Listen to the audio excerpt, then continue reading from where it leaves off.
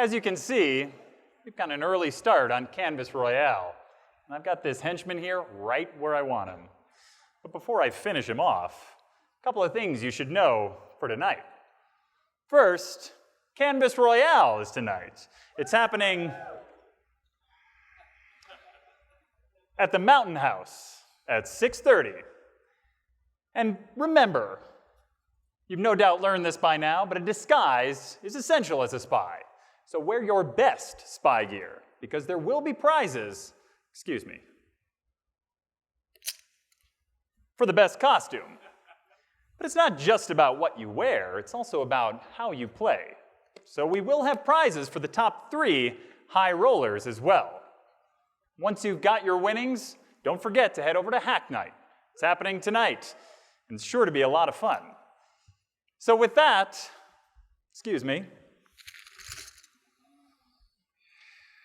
I'd like to introduce my favorite 00 agent and yours, Agent Mitch Benson.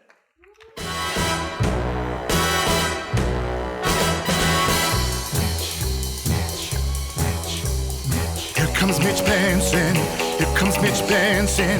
Look, that's Mitch Benson. Oh, that's Mitch Benson. VP, Product Management and Research and Strategy. Mitch.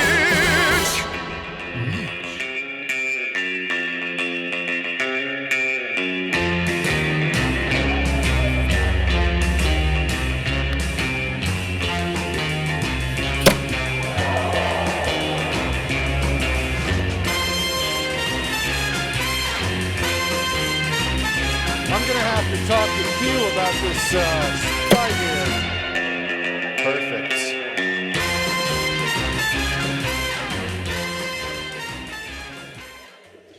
So I have the absolute best job in the world. Not only do I get to live out a little teenage fantasy, being James Bond, not that Pierce Brosnan James Bond, the guy from Dante's Peak and Remington Steele, but the Sean Connery James Bond. It's pretty astonishing, a small town boy from Iowa. Where are my Iowa friends? There we go. But enough about me and my childhood or boyhood fantasies. You all would like to hear a little bit about the Canvas roadmap?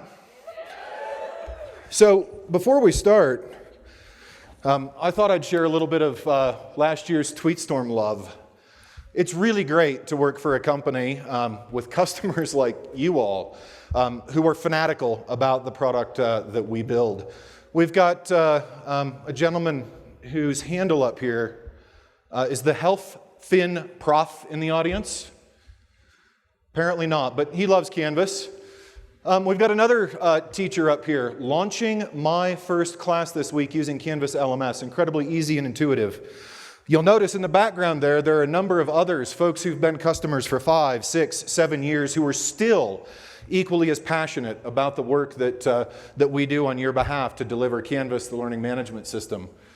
I thought I'd just take maybe 10 seconds and tell you about our leadership team for product research strategy. Melissa Lobel, who's here, who is the VP and head of our partnerships program.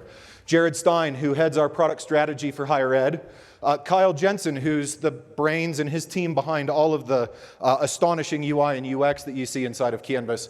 Hillary, who runs our K-12 product strategy. A new hire for us this year in Paul, who's actually responsible for all of our work internationally. So that work on internationalizing the platform, dates, times, numbers, sort order that our international customers are now enjoying, Paul primarily responsible for that work. And Chris Hunter, who manages our product management team. All of those folks are here, and I introduce them here just so you know that we listen, and these folks are here to do that. So I thought maybe we'd review some of the mission statistics from the last 12 months, just like we did last year. Josh mentioned uptime, and uptime only getting better as we grow as a company. 99.975% uptime over the course of the last 12 months. We've done 17 releases. So for those of you who were here with us last year, you remember that we practice a particular flavor of software development called Agile. And in that agile development, we think about the world in just a couple of ways. We think about user stories, the most atomic level of feature or function describing something that we need to build. We compile those things into sprints. Every 2 weeks, we build a number of user stories, and those sprints are compiled into epics. Those epics constitute major feature groups. So in these releases, we've got user stories, we've got sprints, and we've got epics. 79 epics completed this year, 2,935 user stories over the course of the last 12 months. This one is critically important. When you take a look at those 20 people that work for that leadership team that was up on the slide, we spent over 500 days with users this year. Those 500 days are actually listening to you, soliciting the feedback to build the platform that you want. We rectified 484 accessibility issues, and the good news about that is that most of them never made it into your hands. So over the course of the last 12 months, we've spent a great deal of time focusing on that principle of accessibility and making sure the platform is one that you can use. And the last statistic that we'll cover today, 2,654 community submissions. That speaks volumes about you all and the active participation that you have, not only in those 500 days and spending that time with us, but online, virtually, giving us your suggestions, your feedback to make this platform better for you. So I want to reiterate for everybody the principles that we abide by as we build this platform called Canvas. One, that we are a company deploying software globally in data centers all over the world, and that the platform we deliver should be global by its very nature so that it can be localized for each and every one of you. You share a lot of data with us. That platform should be secure. There are tens of millions of active users of Canvas. That platform has to be scalable. And finally, that we don't ship any software that's not accessible by its very design. So in 2016, last year, I stood on this stage and promised you all a few things. That we would do some offline content work, that we would build out a mobile app suite. How many of you were here last year? Hopefully you remember these things. We've delivered on many of them over the course of this year. You're also going to see a number of those things today over the course of the next 90 minutes or so. And we'll come back and review this these mission objectives here at the end of the presentation. I'd like to start, however, by perhaps showing you some of the things that we built. Would that be all right? Yeah? So let's start with Blueprint courses. How about we look at this live? So a couple of things as we do this. One, I will be incredibly clear about what's slideware and what's actually stuff that's being built or that's being demonstrated live. Most of these things are actually being demonstrated live for you. The second thing is there's lots of tiny print, and I know that. So for those of you unlucky enough to show up late and sit in the back, my apologies in advance. But we're here, the folks that were on that slide, as well as our entire staff, to answer questions about the things that you see here in the product tents, in the Canvas product lounge, and we can show you all of the things that we're going to talk about here on stage today. The first thing that I'd like to talk about are Blueprint courses. How many of you, by show of applause, are aware of the Blueprint courses capabilities? So these are live and in production as we speak. And the first thing I'd like to do is tell you why it is that we built Blueprint courses. And it's really very simple. We thought that there needed to be a way inside of Canvas to build a course, to deploy a course across a broad swath of course shells, to secure that content in a way that it wasn't manipulatable unless you wanted it to be, and then to distribute updates. It's really no more difficult than that. What I'd like to just quickly show you is here we've got a template course, a Blueprint template, and inside the settings of a normal everyday course, you can actually go in and enable here this course as a Blueprint course. You can set the options for how locking actually happens, not actually locking the content, but setting the options for how that locking happens. Once you actually do that, you can go back to the modules, and you'll see right here a new icon. You see it says unlock there, where I can actually unlock this content. I can also go down here and lock these individual assignments within the modules themselves. So let's take a look right over here, this Blueprint Classroom number 2, an empty course shell that I've created. If we go back to our Blueprint course, and you'll notice since we enabled a Blueprint course, we've got a little shelf over here called Blueprint. You see I have associations, I have a sync history, and I can, there are 3 unsynced changes to the actual course that's happened. What we're going to do is sync to a new empty course shell. So again, let me show you, nothing there. We go back here, and we look for the associations. We can search for blueprint. Up comes my blueprint classroom number 2. I've now made the association. I save that. I go back here, and you'll see it's actually syncing. So we'll let it sit here for just a minute, and I'll sip on my Aquafina-based martini. Now we've got 2 associations. The syncing's actually done. So if we come over here to blueprint classroom number 2, and we actually refresh, you'll see the entirety of the course and all of the modules transferred automatically into the new course shell. So that's blueprint courses. We're going to talk a bit about, we can have the slides back, please. Thank you. The next set of capabilities that aren't yet live, they will be this fall, but I thought I'd give you a preview. So again, not things that are in release, not things that you can go configure, but giving you some context for where it is that we're headed. I think most of you know that the traditional LMS, and even to some extent Canvas, though I'm a big fan of the user interface that we've built, have a metaphor or a course-centric mentality, right? An instructor and or a student logs in. Your dashboard is full of tiles that are very course-centric. Professors, teachers largely work that way, but students don't. Right? So in the course of those 500 days with users, some of the things that we learned are that students actually think about their world in a radically different way than course A, B, C, and D, bio, English, math, and science. They think about a day, they think about a week, they think about a month. So we're going to provide students the option to be able to reorganize their life out of the course-centric mentality and into this time-based metaphor. So the to-do list becomes the student dashboard. You'll have the ability to organize that, again, by courses, but also by time. I'll pause for some applause. Not only are we going to provide a new user experience in the sense that you'll have a new way of interacting with the activities that you need to get done over the course of a day, but we'll also provide the ability for you as instructors and teachers to populate that to-do list without having to jump through all of the artificial hoops that you do today. How many of you have had to create an unscored assignment just so you could put a link in there so that it could actually get onto the student's dashboard in a way that they would see the information that you wanted them to see? When this is released this fall, no longer will that be necessary.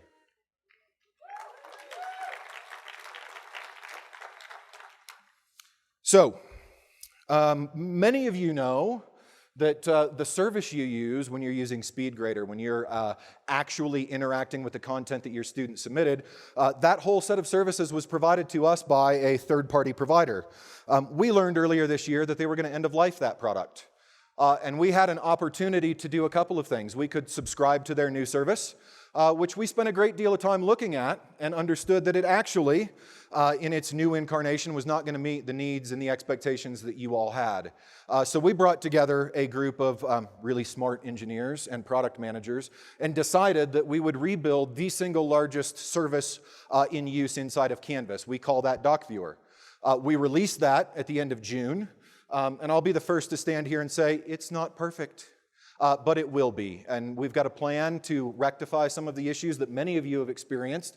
But that aside, what I thought I'd like to do is actually show you a little bit of the capabilities associated with DocViewer.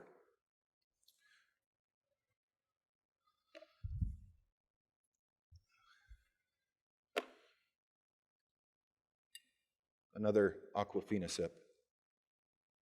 All right. We're going to log into Canvas.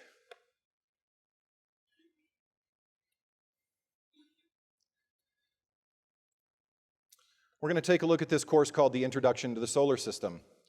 In the Introduction to the Solar System, we have a series of assignments. You can see those assignments listed here. A number of those assignments actually need to be graded. So we will go to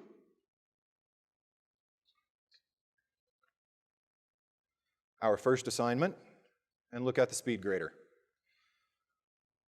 So here we have a student's assignment, Natalie Baker. And Natalie Baker submitted an assignment on the Rocky Planets.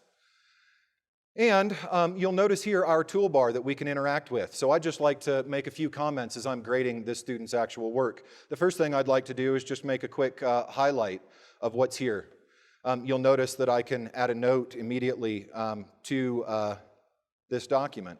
How about we also take a little bit of strike through, come down here and say, again, this comment, not necessary to make your point.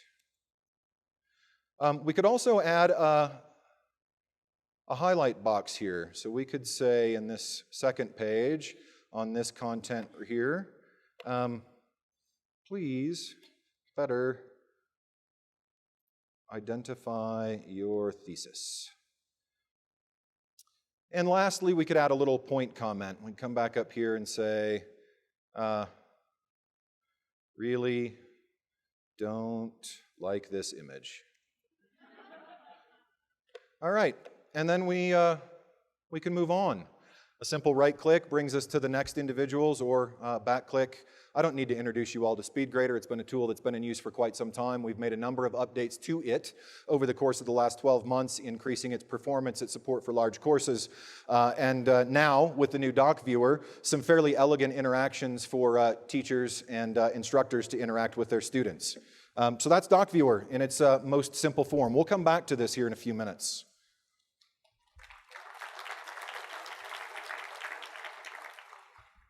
Or maybe we'll come back to it right now, the speed grader not being enough. I'd like to take a few minutes to talk to you about our mobile strategy. I introduced it last year.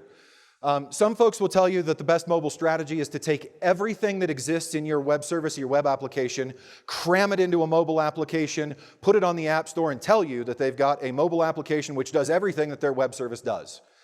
We believe that that's nonsense. We believe that mobile applications should be written natively, that they should be designed from the outset to help people be more efficient at the work that they do, not simply check boxes that say it's 100% of all of the other services that we offer in all of the other locations that we offer them. So what we've done is identified a series of target audiences, right? You remember, how many of you remember last year? What was the app that we released last year? Parent.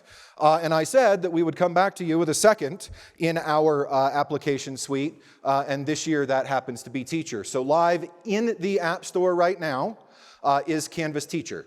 I apologize to our IT folks in advance as you all get out your devices and start downloading the Teacher app on the Wi-Fi that's available here in the conference center. But I'd like to demo it for you before you all jump on to actually do it yourself.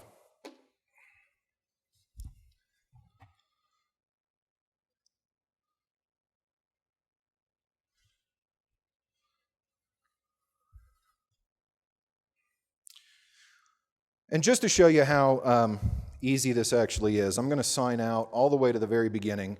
So we've got Canvas Teacher. We're going to find our school district and or institution. In this case, we're going to find my institution called M. Benson. We're going to go, and it's going to ask me to log in. I'm going to log in as that same teacher that we just used in Doc Viewer, where I actually made some updates to a document. We're logging in, and we see that same assignment, right? The introduction to the solar system. So I, as a teacher, you'll notice at the bottom, have my courses available to me, have my inbox available to me. So we designed Canvas Teacher with 3 particular objectives in mind. After interviewing lots and lots and lots and lots of instructors and teachers, and identified the 3 primary things that they'd like to do with these kinds of devices, whether it's their phones, their iPads, their Android devices. The 3 things that they'd like to do. 1, they'd like to be able to streamline their communication with parents and students. 2, they'd like to be able to edit content on the fly. And 3, they'd like to be able to grade. So we're going to talk a bit about SpeedGrader as well. So the very first thing, we'll go back to courses. We're going to log into this course. We're going to see in this course, Introduction to the Solar System, a number of assignments. In that assignment list, we've got a misspelling, the Rocky Plants, right? So we just simply hit Edit. We come back in here, and we change it to Rocky Planets, and our assignment's been updated everywhere that assignment is deployed. The second thing that you will notice about this are the three new dials right there in the middle called submissions. You see 0 graded, you see 15 that need grading, and you see 0 that are not submitted. I can actually click on this that needs grading, and I see now all of the submissions down the right-hand side of my screen for every student that's there. But before we actually get into looking at those assignments that have been submitted, how about we click on this little mail icon right up here in the right-hand corner, and guess what?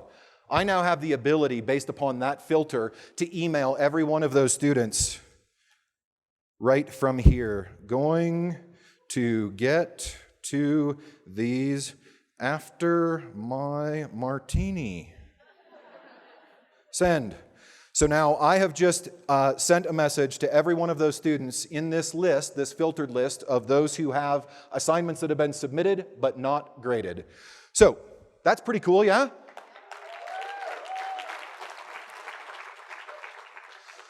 Let's take a look at Natalie's submission. This is where things get awesome. I've got a little pen up here. Natalie's submission is loading.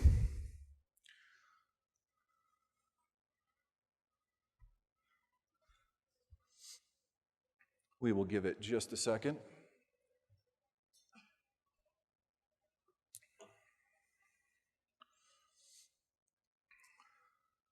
Let's go right over here to Rebecca's submission, Natalie's submission. So you see that document that we were just working on? I'll tell you, it's the same document. You saw it on the web with DocViewer. We did the annotations. You are now seeing it inside of SpeedGrader, built directly into the teacher app. So no longer is there a separate SpeedGrader app necessary. SpeedGrader built directly into the teacher app and interfaces directly, right, using the same content, same document, same everything in both the web platform and the mobile platform. But I now have the ability to interact with these things. So I come back here and say, oh, I really didn't mean to make that comment, so I'm going to actually delete that one. And away it goes. I'd like to make some other updates. So how about I tell them I don't think we need this first paragraph either, right? And you'll notice fully pen enabled. So now I have the ability to sit down with my tablet device just as if I did pen and paper, for the last 30 years as I was actually grading papers. I can come up here and take this point comment and move it anywhere I want to inside this document. Maybe I'll sit down so I can actually do this.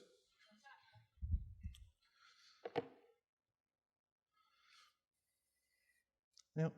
We'll look here at this comment as well. What happened? We'll add a new point comment.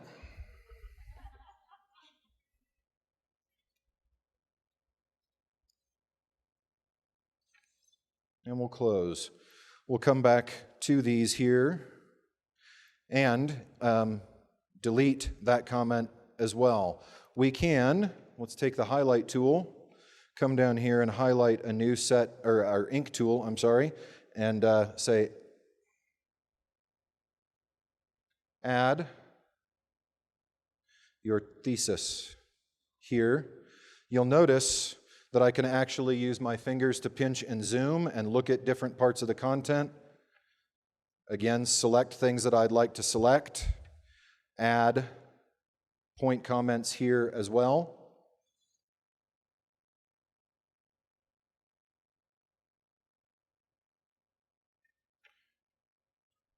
And exit out of there. So, my ability to ink, my ability to interact with the document on either platform using my fingers, like we're all accustomed to, using StyleEye, using the new DocViewer capabilities. But it gets even slightly better than that. I'm certain you've noticed here at the bottom this tray that if we swipe up, our rubrics are right here as well. I can actually hover over these things and get the descriptions for each of these ratings. And I can also just simply work my way through the document. I can add my customization if I wanted to, or I can use the standards rating scale.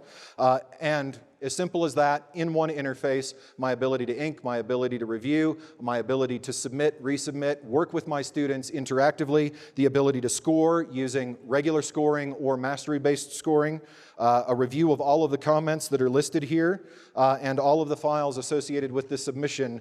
Simply one application focused on the work that the teachers need to get done. Better communication, simple edits to course content, and grading, all in one place.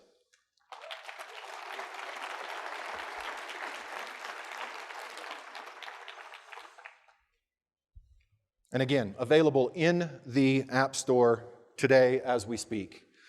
I'd also like to talk to you a little bit about the kind of analog to what it is that we do with SpeedGrader, and that's the gradebook. We've talked a lot over the course of the last couple of years about enhancements that need to be done to Gradebook. I sat on stage here last year and promised you a number of enhancements to Gradebook, many of which are not going to be immediately available to you visually. You're not going to see them on the front end. We've spent a great deal of time working on the performance and stability of Gradebook in the background. What I'd like to introduce you to are some forthcoming capabilities that are nearly finished as we speak, and that will be released to you here shortly. They look like this, and it doesn't look terribly different to begin with, but that's don't be misled. There's some pretty powerful things that have happened here.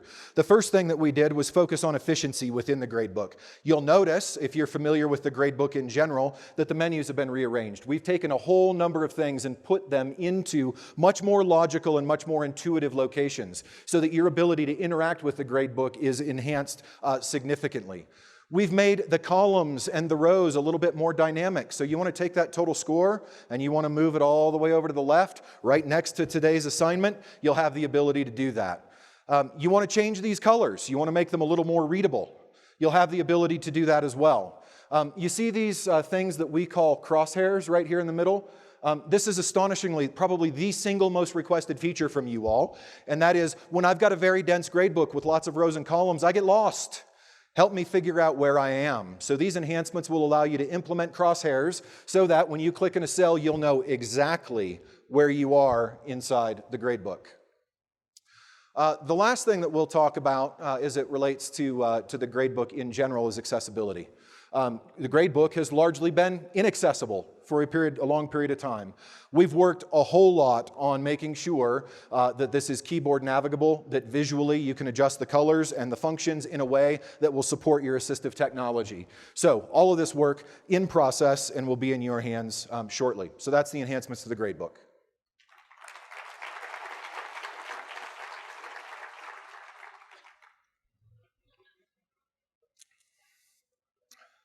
So we talked a lot over the course of this last year about quizzing. We know that the current version of Quizzes, Quizzes 1, the current implementation, whatever you'd like to call it, has had a number of challenges over the year. It works very well. It supports kind of in-classroom, very formative kinds of assessments for professors and for teachers. We've undertaken over the course of the last 12 months a complete rewrite of the quizzing infrastructure associated with Canvas. We've separated quizzing from the core of Canvas into its own service that will integrate with Canvas using the LTI standard like a number of our partners do, and will allow us a greater deal of flexibility in actually building those capabilities and deploying them on a more regular basis. So this project that we called Quizzes.next will be available shortly in limited beta. I'll have a colleague who's got 2 sessions this InstructureCon discussing exactly what Quizzes is and when it will be available, but I'd like to give you just a quick little preview. It will be available on mobile. It will be a new user interface, which we think is a sort of state of the art as it relates to assessment. It will allow for easy construction, easy import of test items from item banks as well as QTI files. It will allow you drag and drop reordering. It will have all kinds of settings associated with the actual delivery of quizzes. Can I randomize the questions to make sure nobody gets the same exact test form? And it will support a number of new and novel item types, both those that you've come accustomed to as well as things like technology-enhanced items. I'm not going to say a lot more about quizzes right now, again, because of the 2 sessions, but know that quizzes.next has been invested in heavily over the course of the last 12 months, has been worked with by a number of design partners, many of you who are sitting here in the audience who've had early access to these capabilities, and it will be made real for all of you very, very soon, perhaps sooner than you actually think. So, we also have some additional things that we've been working on over the course of the last year. How many of you are interested in sort of live events and the ability to get data, educational data, out of Canvas to support your additional tools that you'd like to work with? Yeah? I see a lot of claps and a lot of hands. We sit here in the process of attempting to certify against Caliper standard for these live events. We've built a number of these live events in conjunction with you and your guidance to us. So stay tuned as IMS begins to support the certification for Caliper. Those live events will be released and will be certified. The second thing that we've done over the course of the last year, and this has a special importance for our K-12 constituents in the audience here, but certainly is broadly applicable to the entire organization, is revamped our entire approach to interoperability and integration with student information systems. One of our great partners, Kimono, has provided the platform associated with our ability to more in real time, with better accuracy and with more stability, provision your Canvas environments from a wide variety of student information systems via a wide variety of mechanisms, some via open standards, some via antiquated methodologies, and some via proprietary APIs. Whatever the case might be, this platform has allowed us to much more rapidly support a broader and more diverse set of student information systems. And oh, by the way, it also allows us to support the LIS standard for our higher ed customers in the audience. We have renewed or reinvigorated what I will say is our public participation in the standards organizations and certification. You all know, because you've sort of been engaged in the nuts and bolts, that our commitment to those standards organizations and to the standards themselves never really left. We had people working in the background, working with those standards bodies, working on building the specifications, but we have reinvigorated our public attention to certifying against those standards, things like LTI and the emerging standards around LIS, around Caliper, in our public forums. And in that same vein, as we work on the open platform and the strategy that we have to bring a broad swath of partners in so that it can support whatever approach you would like to have to extending your Canvas environment to your instructional domain, one of the key things that folks have been asking us about is plagiarism. We're not building a plagiarism tool. What we have, however, done is adopted the newer versions of LTI and extended those capabilities with webhooks into the platform that built a framework for all of the plagiarism providers to plug into Canvas on equal footing. So now you have, with all of the partners who are here in the partner pavilion, many of whom have working open beta products associated with this new plagiarism framework, a broad choice of what you'd like to adopt to support your plagiarism needs inside of Canvas. And finally, a platform strategy. Right? Melissa, who was on that second slide that we looked at, is responsible for making sure that Canvas as a platform is open, supports the right standards, and allows all of our partners to be able to integrate with the environment in a way that you expect. We announced yesterday morning via a press release, many of you may or may not know, but we have reached an arrangement with Wiley Publishing to actually be the default platform for the delivery of the brilliant content that they all produce. We think that's example number one of many where we will find Canvas being the kind of default platform upon which many of our partners begin to build their capabilities over time. So moving on, probably the nearly last thing that I'm going to be up here talking about today. How many of you are ARC users? Yeah? So in the last month, we had 50,000 active ARC users. We've got over 100 paying customers. Those folks who are finding that our approach to video, making video actually interactive and engaging, being able to work with video in a way that it helps enable assessment, it helps enable the instructional programs, it's communal or social in nature. Our work around ARC is something that fits with their sort of educational vision. And as we talked about accessibility, we talked about globalization, we've taken those same notions to heart as it relates to our work with ARC. And here shortly, will have the ability for you to automatically caption all of your ARC content in over 20 languages. Being able to select at runtime which of those caption languages you would like to view, and it gets even better. The average rate of accuracy associated with automatic transcription when you're dealing with captioning is somewhere in the mid-80s. Our testing so far with the ARC platform and the partner that we've chosen is in the high 90s, so there will be a lot less actual manual intervention across all 20 of those languages that we support.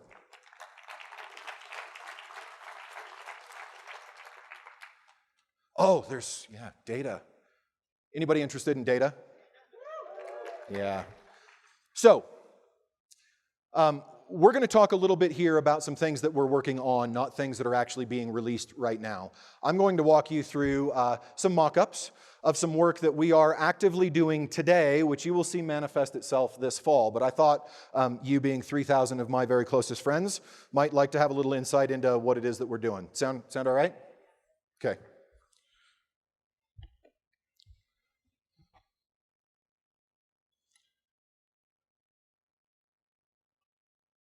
We're very secure here so that nobody on stage can actually break into my machine and do anything that needs to be done. Let's go to here. So, we know for a fact that we haven't given a whole lot of love to Canvas and analytics in a little bit of time.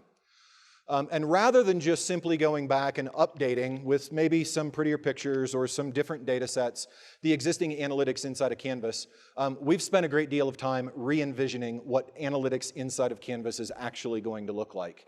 And we had a couple of things that we thought about when we did this. The first thing that we thought about is that analytics need to perform at scale. If you've got courses with 1,000 or 2,000 or 5,000 students enrolled, previously analytics was a little rough for you. Our new approach to analytics will ensure that it scales, and it scales responsively to tens of millions of records as it relates to our ability to display what's here. In addition to that, we thought that data for data's sake is sort of a waste of time. Not giving people meaningful stuff in the context of the work that they need to do is just sort of paying lip service to the actual work that needs to be done. So what you see in front of you is actually a very simple screen, which represents me as an instructor and the course that I'm teaching right now. And across that course, with all of these blue dots representing assignments along a scale, which is essentially time. The earliest assignment on the left, the latest assignment on the right. I see that the average grade for the students in this particular course is 60%. There are 15 late assignments across the entirety of the assignments that are represented here, and there are 27 that are missing. But I see a bit of an anomaly here there at the 25% level on this scale. So I can actually click in and look at that, and what I get is an assignment context card, which tells me that this assignment, critical reading, writing cohesively, and the case study revision, has an average grade of 25%, a high grade of 33, a low of 10, the average page views per student, that 11 students have submitted it late, and that there are still 5 missing. Some other interesting things about this data here packed into one context card. You can see down there that there's a number 10 and a range of 10 to 30%. I have the ability with these interactive data sets to set that range and understand what students fall in that range based upon my visualization here. So I can say, I'd like to actually reset it to 20%, and now I see that there are 6 students that fall into that range. But if I set it back to 30 and pull it up, now I've got Beth and Aaron and Jensen and Allie, all of the students who fall into that range of the data that I've been evaluating. And you see there at the top, just like you saw in the teacher application that we released today, the ability to interact with those students directly from the context of the data without having to go out to 100 different locations. Additionally, you can message those students. You could also do the same thing, right? Hover over those 5 missing and see that there are 5 there and message those students directly.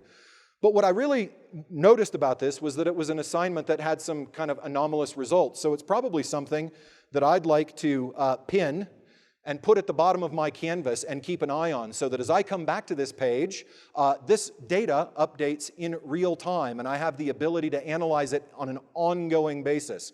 So no longer is it just a snapshot in time, but it is a working environment in which I have the ability to sort of analyze all of the things that are going on in my classroom. And at the same time, if you go up to the search bar there, right, where it says grades, I can type in the beginnings of a name, and my Spark search completion tells me that the 3 letters Jen show up. Now I've got Jensen Wadika. And if I take a look at Jensen, I now see, in the context of the course I was teaching, all of his assignments plotted in exactly the same way. And I see that there's an anomalous assignment there as well. I click into Jensen's information, get his assignment context card, which allows me to see his assignment grade was 20. His average course grade is 70. He looked at this particular assignment 11 times. It was on time. I can message him directly. I could go to his context card. I could go to his position in the grade book. But what I'd really like to do is actually pin his data as well, because he's a student who might be at risk in my course, and I'd like for, as additional data become available, additional assignments get done, I'd like Jensen's card to be updated in real time for me as well. So now I have the ability to monitor my course, to monitor my students, or let's take it maybe up one level and say, I'd like to explore my course based on sections. So then I have the ability to select all 4 of the sections that I'm actually teaching and plot them as well and dig into that data in exactly the same way.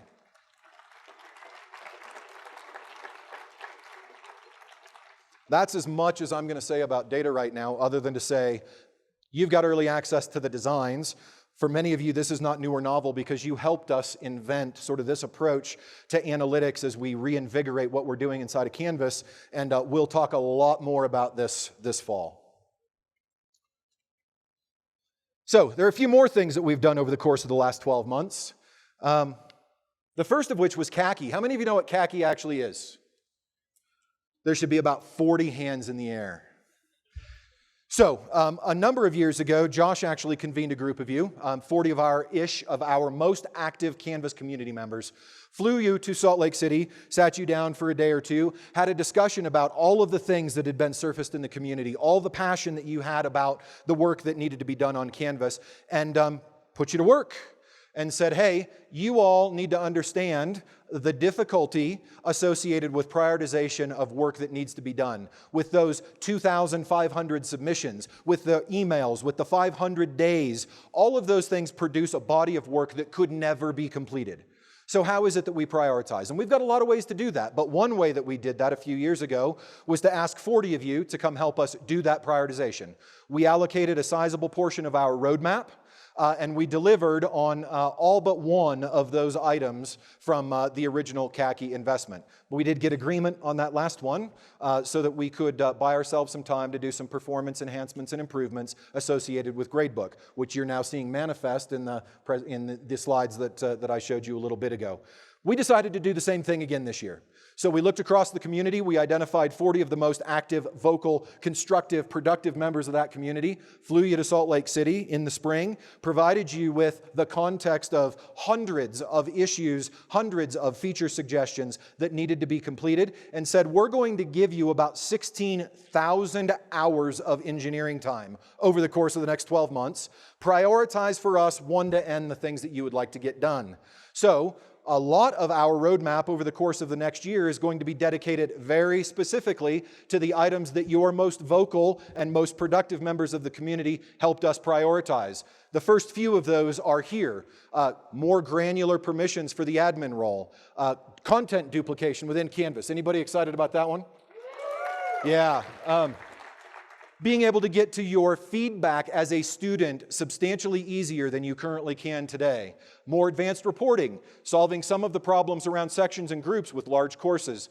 Showing us the mobile activity and the page views so that we can actually get an understanding of how interactive our students actually are when they're using these mobile devices.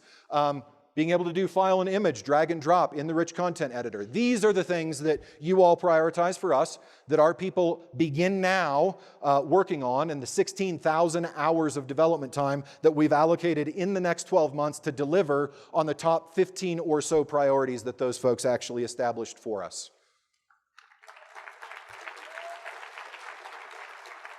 Oh, it gets slightly better.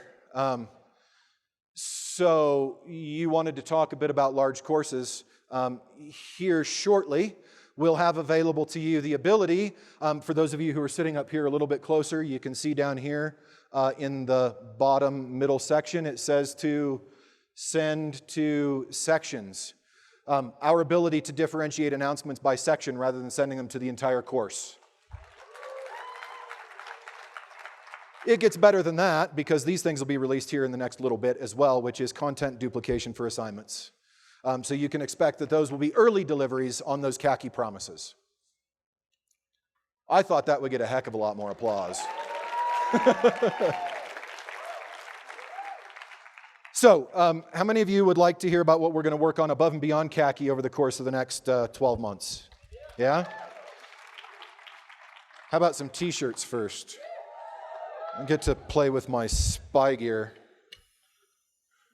All right, let's go a little further back. You guys ready?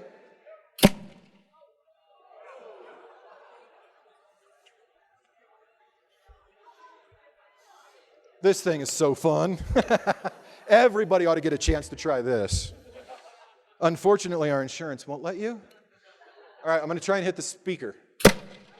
Nope. All right. So the roadmap as we move into 2017. We're going to do some new things. I previewed analytics for you. We're going to work hard on that in 2017. The third app in our mobile app suite will be reconstructing the student experience from the ground up. So we'll work on number 3 over the course of the next 12 months to round out that app suite. And we will deliver on the promises that we made around khaki. We're going to do some more things too. We're going to continue our work around assessment. We delivered offline content on the web, and surprising to me, our international constituents were very pleased with what it is that we built for them. I was actually quite surprised that as I sat down with your colleagues and our customers in business schools and law schools, that they were absolutely ecstatic for these capabilities because, you know, if you didn't know, if you didn't go to B school or to law school, they actually deliver their students, you know, volumes and reams of paper that they take with them when they leave. Now they have the capability to do all of that directly on the web from a single download using these offline capabilities. We're going to work a whole lot more on outcomes. You're going to hear a little bit more about outcomes here in a minute, but we're going to make outcomes pervasive across the entire platform. We will continue to deliver on the enhancements to Gradebook. We've got a roadmap that's 2 years long associated with Gradebook and a dedicated team who started a year ago and will continue to work on those capabilities until we're done. More standard support, the UI UX enhancements, that student view, right, the to-do list, the student dashboard, is just one of many UI UX enhancements and sort of changing paradigms about the way that people interact with their learning management system. And finally, more and more capabilities associated with ARC and its usefulness in our instructional programs. And we will do better, right? We've delivered some things which, you know, weren't awesome to begin with. But they will be over time. And we are committed more Google and Microsoft integration, better and deeper with more efficiency. Doc Viewer, a critical service that's great now, but will only get better. More student information system interoperability and the ability to pass back grades in real time from your gradebook to that system of record. We've delivered some double-blind marking capabilities for our international friends, but I'm not proud of them. We will be when this is done, and we've got a team who's starting work on that as we speak, and more and more and more large course support. That's what the roadmap looks like as we move into 2017.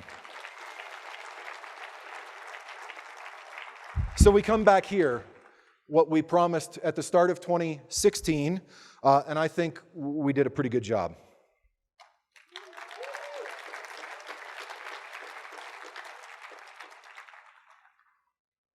So, can you guys keep a secret? Maybe. There's one more thing that we'd like to talk about. My portion of this roadmap and sort of showing you the really interesting things that we've been working on over the course of the last 12 months, what we're going to work on for the next 12 months, comes to an end. Maybe we'll shoot one more t-shirt before I get done. Just because we can. We've got a bunch of t-shirts. Try double? All right. We're going to have to put a little more air in here and we'll see what happens. It should work. All right, you guys here in front, better watch out.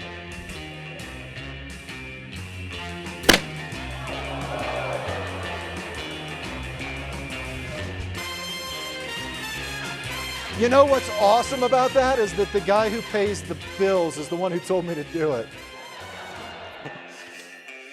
All right, here we go.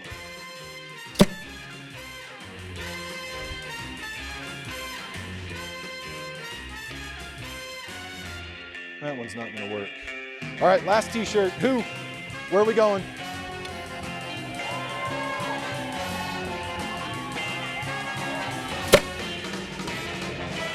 All right. So, I've lived out my boyhood fantasy of being James Bond, the tuxedo, Sean Connery, a few olives, some water. We've got one more thing that we'd like to talk to you about, and to do so, I'd like to bring out, you all can refer to him as Q. I'll refer to him as Jason Sparks, who's our Senior Product Manager associated with assessment. Thank you very much.